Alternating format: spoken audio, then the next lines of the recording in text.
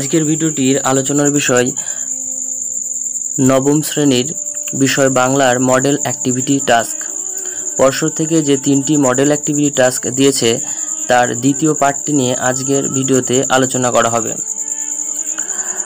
ভিডিওটি শুরু থেকে শেষ পর্যন্ত দেখবে, তাহলেই তোমরা এই যে দ্বিতীয় পার্টের যে 7টি প্রশ্ন দিয়েছে তার সম্পূর্ণ উত্তর তোমরা পেয়ে যাবে। আজকের ভিডিওটি পার্ট 2 নিয়ে আলোচনা করা হবে মডেল অ্যাক্টিভিটি টাস্কের। এর প্রথম যে প্রশ্নটি ছিল সেটি হলো, চারি মেঘে জল দেয় অষ্টগজরাজ। চারি মেঘে জল দেয় অষ্টগজরাজ, অষ্টগজরাজের পরিচয় দাও। এর উত্তরটি হবে কবিকঙ্কন মুকুন্দরাম চক্রবর্তী রচিত কলিঙ্গ দেশে ঝড় বৃষ্টি কবিতা থেকে এই উক্তিটি নেওয়া হয়েছে। অষ্টগজরাজের পরিচয় হলো, অমরকোষে উল্লেখিত আছে যে 4 রকম মেঘের প্রত্যেকটির সঙ্গে একজোড়া করে মোট 8টি দিব্য হস্তি থাকে। এরা হলো ঐরাবত, পুণ্ডরিক, বামন, কুমুদ, অঞ্জন, পুষ্পদণ্ড, সার্বভৌম ও সুপ্রতীক। এদের একত্রে বলা হয় অষ্টগজরাজ। একের দাগের প্রশ্নটির উত্তর এইটুকু লিখলেই হবে।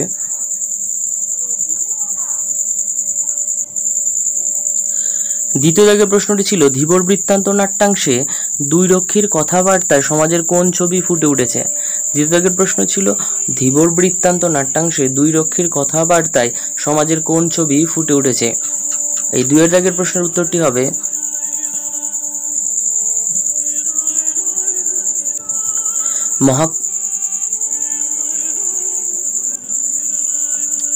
মহাকবি কালিদাস রচিত অভিজ্ঞান শকুন্তলম নাটকের অনুদিত অংশবিশেষ ধীবর বৃত্তান্ততে নগর প্রশাসনের কার্যকলাপের এক অনন্য অনবদ্য ছবি রয়েছে।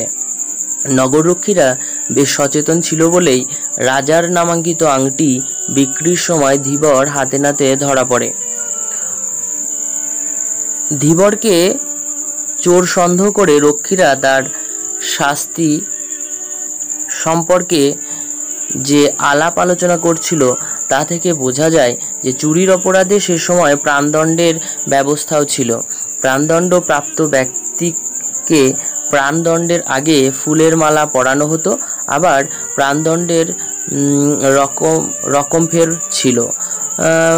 শুলে চড়িয়ে হত্যা করা, শকুনি দিয়ে বা কুকুরকে দিয়ে খাওয়ানোর মতো আরও অতি নৃশংস প্রথাও তৎকালীন সময়ে চালু ছিল।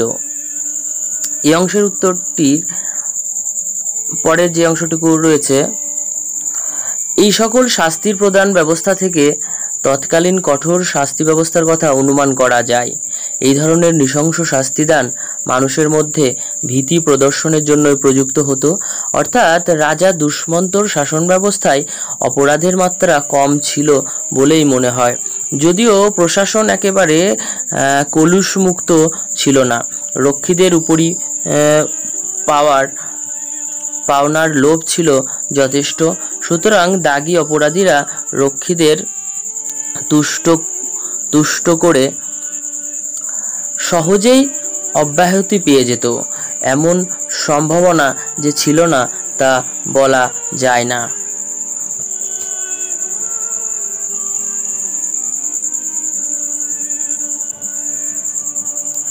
তিন দাগের প্রশ্নটি হলো, এটা খুব জ্ঞানের কথা। কার কোন কথাকে জ্ঞানের কথা বলা হয়েছে? এর উত্তরটি হবে লিও তলস্টয় রচিত ইলিয়াস গল্পে বর্ণিত মোহাম্মদ শাহর বাড়িতে আগত জনৈক অতিথি মোল্লা সাহেব আলোচুক্তিটির বক্তা। জ্ঞানের কথাটি কি? জ্ঞানের কথাটি হলো, শামসেমাগের আত্মোপলব্ধির কথা শুনে অতিথিগণ হাসলে, তাদের উদ্দেশ্যে অতিথিগণ হাসলে ইলিয়াস বলে, সে আর তার স্ত্রী পূর্বে অবুঝ ছিল, তাই সমস্ত সম্পত্তি হারিয়ে তারা বিলাপ করেছিল, কিন্তু ঈশ্বর তাদের কাছে সত্যকে উন্মুক্ত করে দিয়েছেন এবং অভিজ্ঞতা থেকেই তারা সকলের কল্যাণের জন্যই কথাগুলি বলেছেন, ফুর্তির জন্য নয়। ইলিয়াসের এই বক্তব্যই বক্তা জ্ঞানের কথা বলেছেন।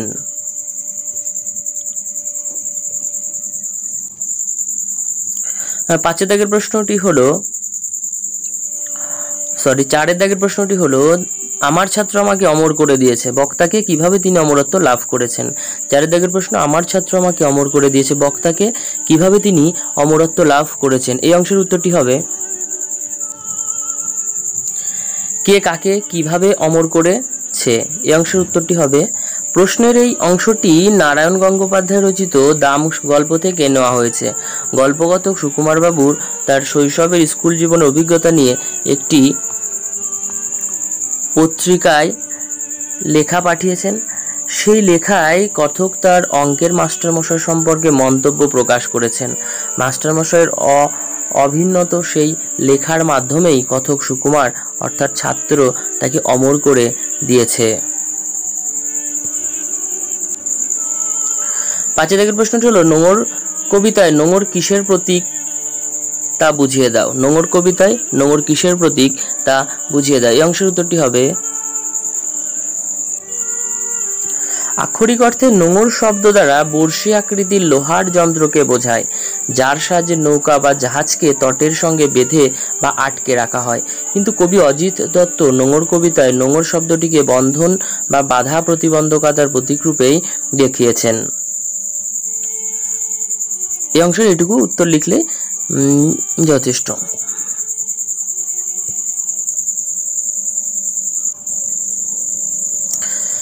6 দাগের প্রশ্নটি হলো, কন্যা থেকে কন্যা থেকে কোণে, এক্ষেত্রে ধ্বনি পরিবর্তনের কোন রীতি অনুসৃত হয়েছে। কন্যা থেকে কন্যা থেকে কোণে, এই ক্ষেত্রে ধ্বনি পরিবর্তনের কোন রীতি অনুসৃত হয়েছে। এই প্রশ্নের উত্তরটি হবে,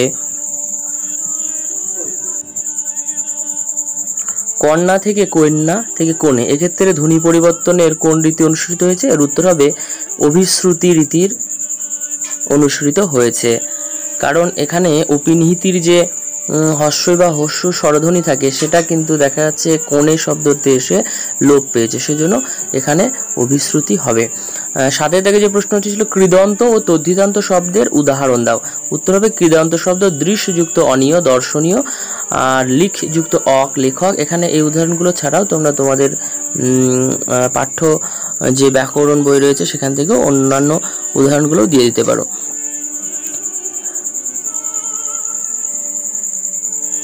তদ্ধিতান্ত শব্দের যে উদাহরণ সেগুলো হলো হাত যুক্ত আ হাতা, ইতিহাস যুক্ত ইক ঐতিহাসিক।